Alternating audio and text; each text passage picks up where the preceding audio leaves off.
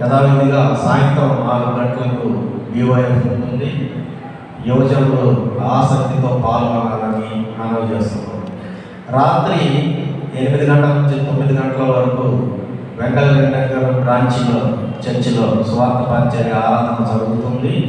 అక్కడ సమీప సంఘ సభ్యులందరూ ఆ ఆరాధనలో పాల్గొనాలని ప్రేమతో ఆహ్వానిస్తున్నాము. పాస్టర్ గారు వస్తారు, అక్కడ ఆరాధన నిర్వహిస్తారు. అదేవిధంగా బుధవారం 20వ తారీఖు బైబిల్ స్టడీ రాత్రి 7 గంటల నుంచి 8 గంటల వరకు చర్చిలోనే జరుగుతుంది. రావాలని కోరుతా ఉన్నాను. గురువారం వెంకటరెడ్డి నగర్ బ్రాంచ్ చర్చిలో రాత్రి 8 గంటల నుంచి 9 గంటల వరకు స్వార్థ పరిచర్య ఆరాధన ఉంటుంది.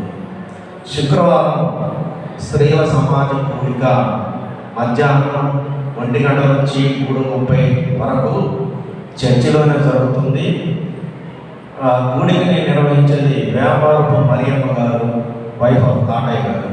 వారు చర్చిలోనే ఈ స్త్రీల సమాజ కూడిక నిర్వహిస్తారని తెలియజేస్తున్నాం. ఆదివారం యథావిధిగా సంఘారాధన, వచ్చే ఆదివారం 24వ తారీఖు యథావిధిగా సంఘారాధన ఉదయం 10 గంటలకు ప్రారంభమవుతుంది. అందరూ త్వరపడి రావాలని కోరుతా ఉన్నాం. అలాగే ప్రతి వరకు ప్రాతకాల ఆరాధన ఉదయం 5:30 గంటల నుంచి 6 గంటల వరకు చర్చిలో జరుగుతుంది. తర్వాత ప్రతి నెల 2వ శనివారం రక్షణ బాప్తిస్మం ఇవ్వడం మన చర్చి ఆవరణలో జరుగుతుంది. దేవుని విశ్వసించి రక్షణ మార్గంలో, జీవ మార్గంలో పయనించాలని నిశ్చయించుకున్న వారు బాప్తిస్మం తీసుకోవాలని కార్యవర్గం తరఫున మిమ్మల్ని కోరుతా ఉన్నాను.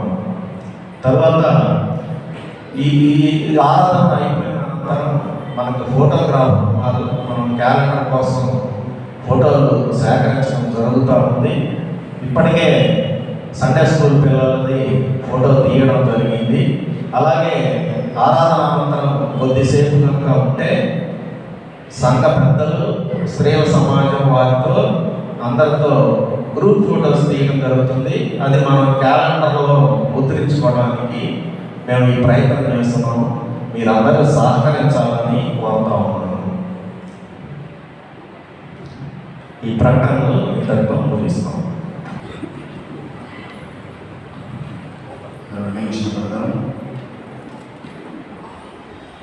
ఎవరైనా నూతనంగా బాక్స్ మెమోరియల్ చర్చలను ఆరాధనకు వచ్చినటువంటి వారిని ఇక ముందు కూడా ఈ సహవాసంలోకి మీరు రావాలని ప్రేమపూర్వకంగా మిమ్మల్ని ఆహ్వానిస్తున్నాం. ప్రార్థన చేస్తున్నాం. ప్రేమ కలిగిన తండ్రి, కృపగలిగిన దేవునికి వందనాలు. ఈ దినము మమ్మల్ని అందరినీ కూడా నీ పరిశుద్ధ మందిరంలో చేర్చినందుకు కృతజ్ఞతలు, స్తోత్రాలు చెల్లిస్తున్నాం. 10 నిమిషాలు మిమ్మల్ని స్తుతించడానికి, ఆరాధించడానికి, గణపరచడానికి మీరు ఇచ్చిన సమయాన్ని బట్టి మీకు స్తోత్రాలు ప్రభావ. తదుపరి వారిని మేము మా గృహాలకు వెళుతూ ఉండగా కృపాకాపుదల దయచేయండి.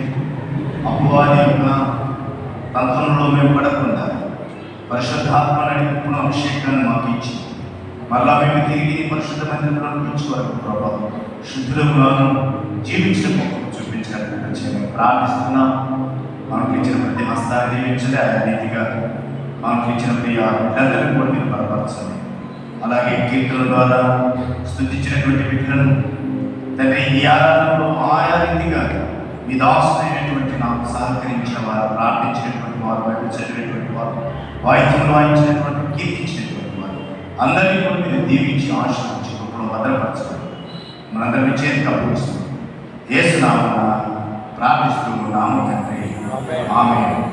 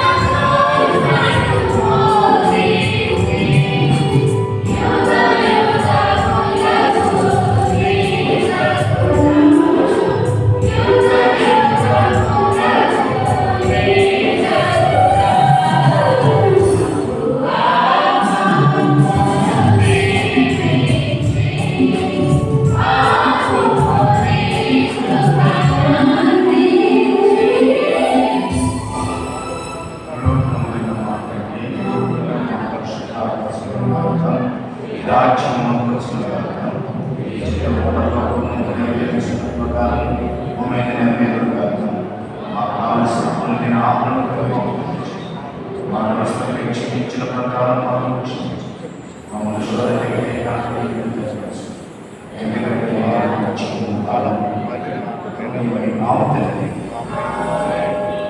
ఆమేన్.